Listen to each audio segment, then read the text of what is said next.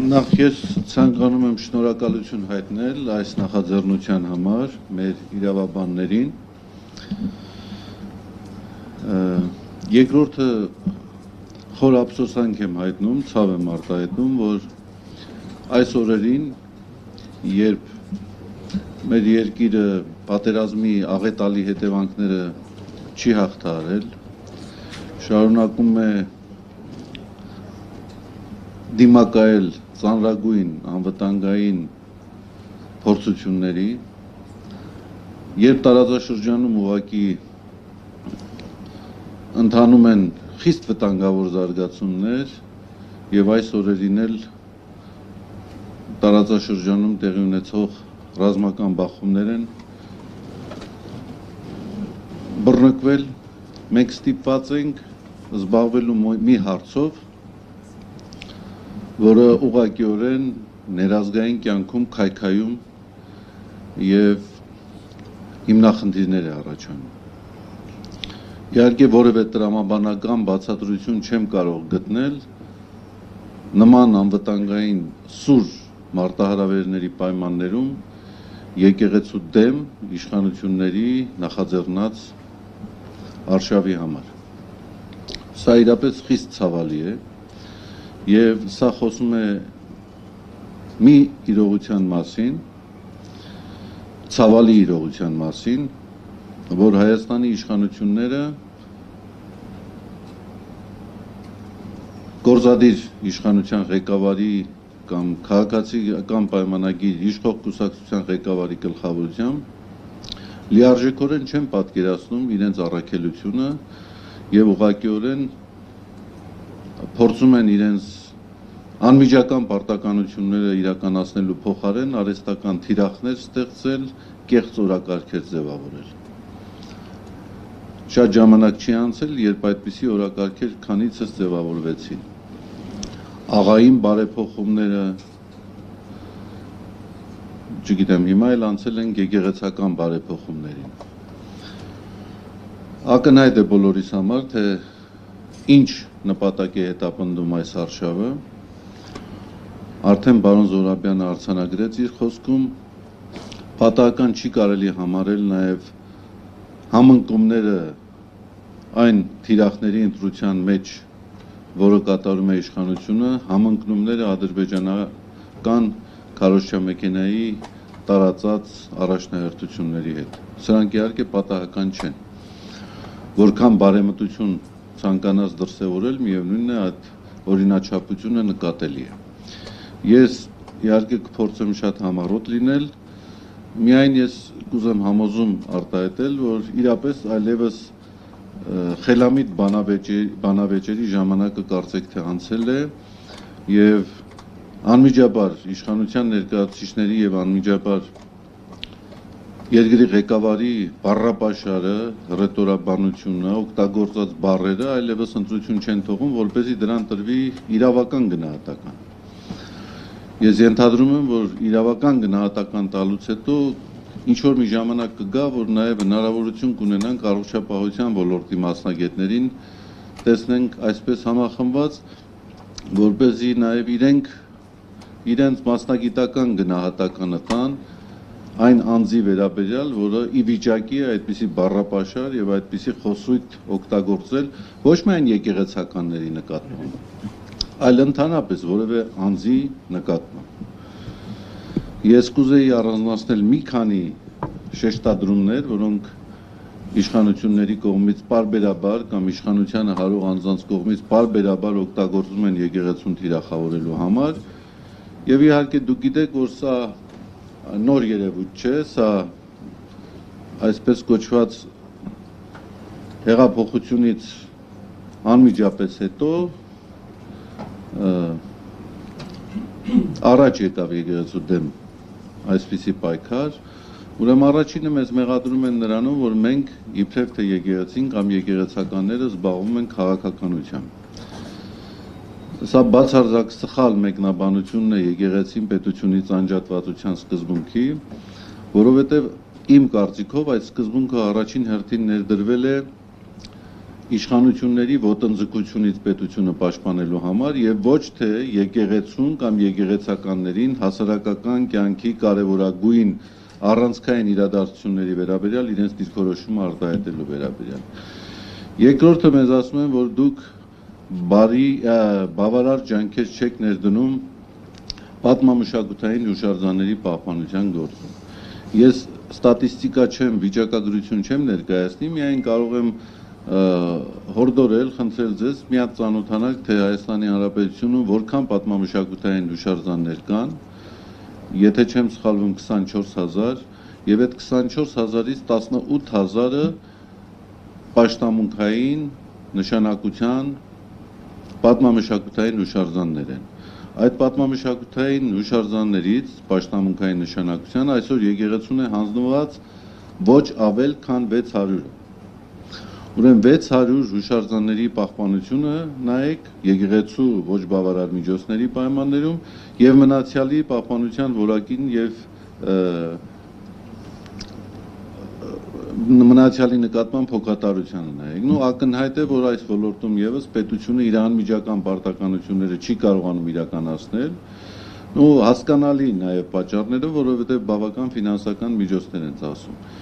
Ես ծանոթացա մշակույթի նախարարության վերջին հայտարարությանը, որտեղ որ մոտավորապես խոսում էր 18 թվականից մինչև այսօր հուշարձանների պահպանության ոլորտում ծախսված գումարների մասին, որը չէր գերազանցում 5 միլիոն ամերիկյան դոլար։ Ուրեմն պատկերացրեք 7 տարվա ընթացքում ընդամենը 5 միլիոն դոլար գումար է ծախսվել հուշարձանների պահպանության ուղղությամբ, երբ Մայր տաճարի շինարարական աշխատանքները, որը վերականգնողական աշխատանքները գերազանցել են 12 միլիոն դոլար ամերիկյան գումարը։ Այսինքն պարզ սա մի համեմատություն է։ Հուշարձանների պահպանության մասին խոսում են, երբ Հայաստանի կարևորագույն առանցքային տաճարի նորոգությանը որևէ ֆինանսական մասնակցություն, որևէ ֆինանսական աջակցություն չի ունեցել այս իշխանությունը։ Երրորդը, որ մեզ փորձում են մեղադրել, այն է, թե իբրև թե աղանդավորների դեմ արդյունավետ պայքար չի օգտագործում։ Ես ուզում եմ հասկանալ, ինչպես կարող է եկեղեցին արդյունավետ պայքար իրականացնել աղանդավորների դեմ, եթե անգամ այդպիսի օրակարգ ունենա, երբ իշխանությունները այսպես լայնորեն բացել են այդպիսի կազմակերպությունների դռները,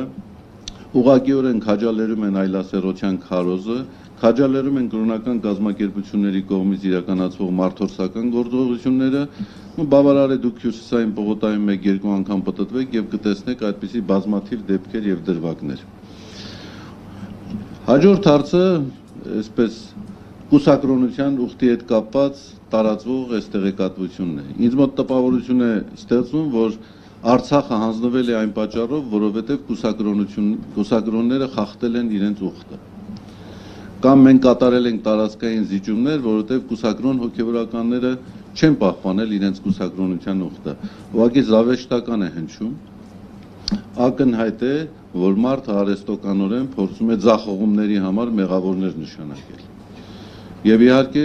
նորից ուզում եմ շնորհակալություն հայտնել մեր իրավաբաններին այս նախաձեռնության համար, երբ մենք հնարավորություն կունենանք իրապես ճշգրիտ առարկայական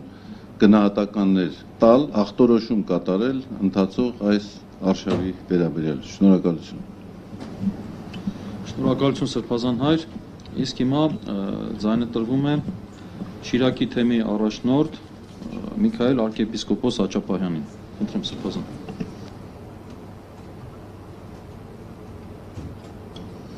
Շնորհակալություն։ Ես էլ շատ ուրախ եմ, որ այս քննարկումը լինում է մանավանդ իրավաբանների եւ իրավագետների մասնակցությամբ։ Ես իմ խոսքը կսկսեմ մի փոքրիկ պատմական էքսկուրսով։ 1987 թվականին աշնանը ուրեմն խորհրդային միության առողջապահության նախարար Չազովը այցելեց Մայրաթոր Սուրբ Էջմիածին եւ իրեն ուղեկցում էր խորհրդային Հայաստանի վարչապետը։ Ես այն ժամանակ Պարս Սարգսակ վեհարանում աշխատում էի, ծառայում էի եւ ներկա եղա այդ ընդունելությանը վեհապարի Վազգեն վեհապարի կողմից իբրև զուտ սարգավակ, որ պետք է ինչ-որ հանձնարարություններ կատարի։ Եվ իմ առաջին շփումն էր դա ընդհանրապես խորհրդային Հայաստանի բարձրաստիճան ղեկավարության հետ։ Եվ ես ուղղակի շշմեցի այն վերաբերմունքից, որ ցուցաբերեց խորհրդային Հայաստանի կոմունիստ վարչապետ Ֆադեյ Սարգսյանը, որ տիական խոնարհումով, թեև տարիքային էլ մեծ տարբերություն, շատ մեծ տարբերություն չէր, որ տիական խոնարհումով, ամենայն հարգանքով, բոլոր այդ բոլշևիկյան գաղափարախոսությունը մի կողմ դրած եւ հարգելով այն հանգամանքը եւ այն ինստիտուտը, որ ներկայացնում էր Վազգեն Վեհափարը։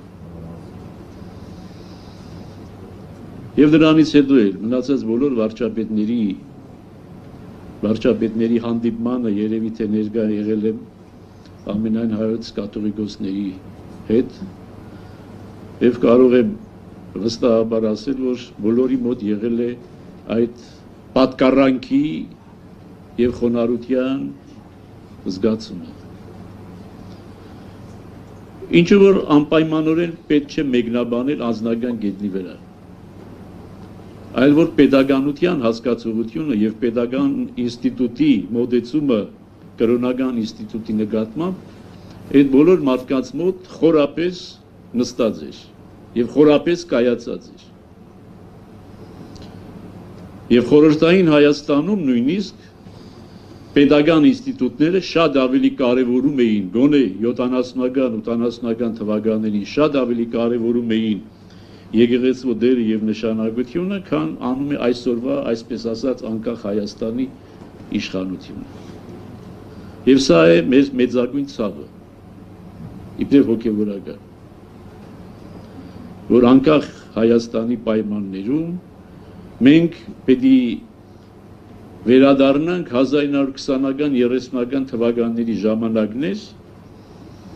երբ որ մասսայական հարցակումներ էին տեղի ունենում հայ եկեղեցու եւ հայ եկեղեցականության նկատմամբ։ Ինչը որ կարող է թույլատրել եկեղեցին, բայց ավելի ողբերգական հետևանքներ է ունենալու պետության եւ պետականության վրա։ Եվ ես այնքան մտահոգված չեմ այդ հարցակումներից իբրև եկեղեցական, որքան մտահոգված եմ այդ հարցակումներից իբրև Հայաստանի Հանրապետության լիիրավ քաղաքացի։ Եվ ես լիիրավը միշտ շեշտում եմ, որևիցե մեկը իրավունք չունի հոգևորականին, որը միայն Հայաստանի Հանրապետության քաղաքացիություն ունի եւ ուներ հնարավորություն ուրիշ քաղաքացիություններ ունենալու եւ չի ունեցել, մնացել է միայն Հայաստանի Հանրապետության քաղաքացի, որևիցե մեկը չի կարող սահմանափակել այդ քաղաքացու իրավունքները։ Եվ մենք, եթե ընդհարման մեջ ենք նույնիսկ ճագերտների մեջ պետականության հետ չէ, որ հագամարտության մեջ ենք, այլ այսօր իշխանության մեջ։ Եվ երբ որ ասում են մենք զբաղվում ենք քաղաքականությամբ,